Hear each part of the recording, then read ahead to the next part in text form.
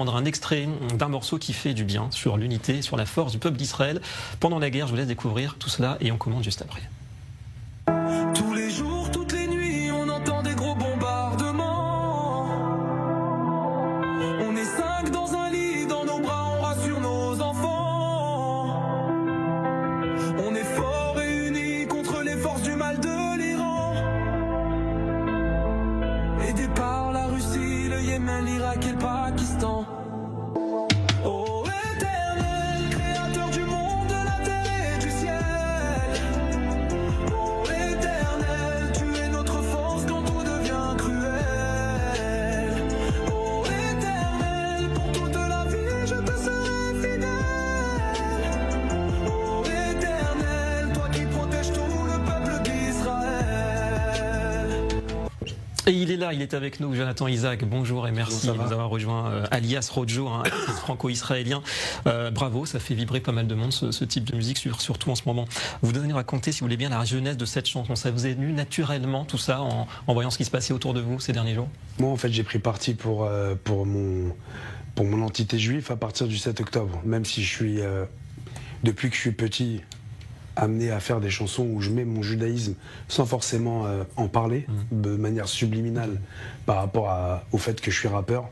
En France, être rappeur, c'est compliqué. J'ai fréquenté les studios d'enregistrement de beaucoup de rappeurs actuels. Donc j'ai mon côté justement sioniste, parce que pour moi, sioniste, comme elle a refait expliquer, c'est être juif. Donc être sioniste, c'est être juif de l'autre côté, donc c'est la même chose. Après, le fait de le revendiquer en France, malheureusement, ça va te fermer des portes. Donc j'ai essayé par le début de ma progression artistique de le dire sans forcément le dire, par des messages justement subliminaux. Et au bout d'un moment, j'ai proposé même à mon ancienne production, venez, on en parle sans en parler, je suis israélien, donc à un moment donné, quoi qu'il arrive, si on fait des concerts, ça va me retomber dessus. Donc venez, on en parle que je suis en Israël, que je suis en France. Non, ça laisse comme ça. Il y a beaucoup de gens qui me disaient fais-le, il y en a d'autres qui me disaient ne le fais pas. En voulant suivre mon cursus, je me suis dit faut le faire. Et c'est pas pour autant qu'on a réussi à se donner vraiment l'opportunité de le faire revendiquer sur les morceaux. Quand il y a eu le 7 octobre, 3-4 jours après, j'ai commencé à prendre conscience que là, ce qui se passait, c'était grave. Et je me suis dit, pour les enfants, c'est important de donner un message où ils ont confiance. Même si on est un peu dans le brouhaha, on ne sait pas ce qui va se passer en Israël. Donc j'ai repris des passages du Rabbi de Lubavitch qui m'avait envoyé une lettre sur le Igrot Kodesh pour ceux qui connaissent. Il m'avait dit concrètement sur un message qu'on ouvre, en fait c'est comme de l'algorithme, mais sauf que c'est avec un livre, donc il y a encore moins de chances qu'on a la réponse. Je suis tombé sur mon nom, Israq, et en dessous vous avez en vous le chant du peuple d'Israël. C'est ma mère qui s'appelle Nelly et que je remercie, qui vous suit tous les jours et qui vous adore d'ailleurs. On la salue. Elle m'a demandé d'ouvrir ce livre. Quand j'ai ouvert ce livre, je me suis donné la peine de la regarder, mais je me suis pas vraiment penché dessus. Elle a 8 ans cette lettre. Il faut savoir que moi à la base j'ai fait une chanson avec une catholique et un musulman il y a 8 ans qui s'appelle Ave Maria Salam Shalom. Je l'ai chanté juste avant les événements du Bataclan. Elle a fait énormément de vues sur les réseaux sociaux et tout, mais cette lettre je l'ai mis de côté. Et en fait quand il y a eu le 7 octobre, j'ai pris la peine de la mettre en pratique. Et c'est là, 2 semaines après, qu'il y a eu tous les enfants de la communauté qui ont commencé à chanter mes chansons. Et je me suis dit, en vrai, si ça se trouve, le ciel veut que Hachem, il veut que je chante ce genre de musique, même si j'aime ce côté aussi ouvert, universel, où je parle pas que de la communauté, je veux pas être trop politisé non plus, mais... En tout cas, depuis le 7 octobre, ça a été le déclic, justement, cette succession d'événements, c'est une partie de votre inspiration. Vous pensez que c'est nécessaire de mettre en musique cette grande histoire qu'on vit tous ensemble, quelque part, aujourd'hui? Je me dis que je suis le seul à le faire en français. Ça veut dire que de l'autre côté, il y en a peu qui vont le faire.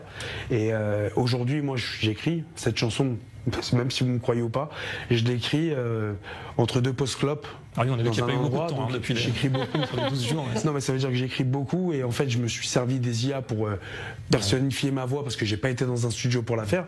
Et je me dis qu'aujourd'hui, vis-à-vis de ce qui se passe dans le monde, on est dans l'obligation de pouvoir faire passer un message où on comprend notre histoire vis-à-vis de la France, qui malheureusement, c'est plus la même chose.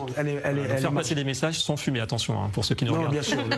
Alors certains pourraient dire rap et judaïsme, c'est vrai que ça va pas forcément ensemble, c'est pas intuitif. Vous êtes la preuve du contraire.